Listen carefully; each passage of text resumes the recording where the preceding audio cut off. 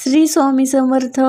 तर चला आज मस्त चमचमीत अशी वांग्याची चटणी बनवूयात। याच्यासाठी 4 ते 5 वांगे मी अगोदर स्वच्छ धुवून घेतलेले आहेत।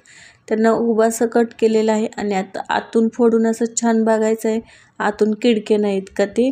नंतर एका फ्राय पॅनमध्ये पळीभर तेल छान गरम करून घेतले आहे आणि ही वांगी मी आता छान अशी परतून घेणार आहे।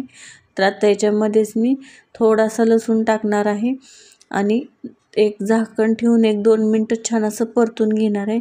झाकण काढून याच्यावरती थोडंसं मीठ घालायचं आहे आणि दुसऱ्या बाजूने सुद्धा छान असे मी परतून घेणार आहे। तर एका साईडने तुम्ही बघू शकता छान खरपूस रंगावरती हे वांगे सुद्धा परतलेले आहेत।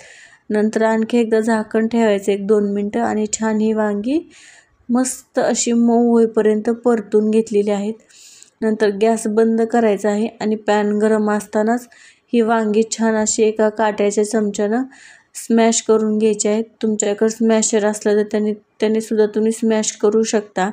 तर मी काट्या चमच्यानं छान ही वांगी स्मॅश करून घेतलेली आहेत आणि सगळीकडून एकसारखी अशी परतून सुद्धा घेतलेली आहेत। तर आता याच्यामध्येच मी थोडीशी हळद घालणार आहे, अर्धा चमचा लाल तिखट घालणार आहे, अर्धा चमचा धना पावडर घालणार आहे आणि याच्यावरतीच एक हिरवी मिरची सुद्धा बारीक चिरून घेतलेली आहे, एक कांदा बारीक चिरून घालणार आहे, एक टोमॅटो सुद्धा बारीक चिरून घेतलेला आहे तो सुद्धा याच्यावरती टाकून घेणार आहे आणि चवीपुरतं मीठ घालणार आहे अर्धा चमचा आणि सगळं आता छान मिक्स करून घेणार आहे। तर गॅस आणखी एकदा परत मी चालू केलेला आहे आणि मीडियम गॅसवरती सगळं मी छान असं मिक्स करून घेणार आहे। तर सगळं छान असं मिक्स झालं का आता याच्यावरतीच मी एक चमचाभर शेंगाचं कूट घालणार आहे। कूट घातल्यामुळं याची चव आणखी छान लागते। जशी व्हायरल टोमॅटोची चटणी होती तशीच मी ही वांग्याची चटणी बनवलेली आहे। तर याच्यातले मसाले तुम्ही तुमच्या आवडीनुसार वापरू शकता। कूट घातल्यानंतर आणखी एकदा सगळं छान असं मिक्स करून घ्यायचं आहे। छान मिक्स करून झालं की याच्यावरतून अशी मस्त हिरवीगार फ्रेश कोथिंबीर घालायची आहे। तर तुम्ही बघू शकता खूप चमचमीत टेम्पटिंग आणि टेस्टी ही वांग्याची चटणी लागते। तर ही चटणी एका ताटामध्ये मी काढून घेणार आहे। तर तुम्ही बघू शकता किती सुंदर दिसते सुद्धा ही चटणी।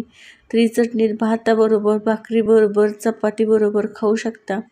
तर मी एक ज्वारीची भाकरी बनवलेली आहे आणि छान अशी मेथीची भाजीसुद्धा बनवलेली आहे। तर याच्यावरतून आणखी मी थोडीशी कोथिंबीर घातलेली आहे। तरी मस्त चमचमीत टेस्टी वांग्याची चटणी बनवून तयार आहे। तरी मेथीची भाजी बनवलेली आहे आणि एक मस्त ज्वारीची भाकरी बनवलेली आहे।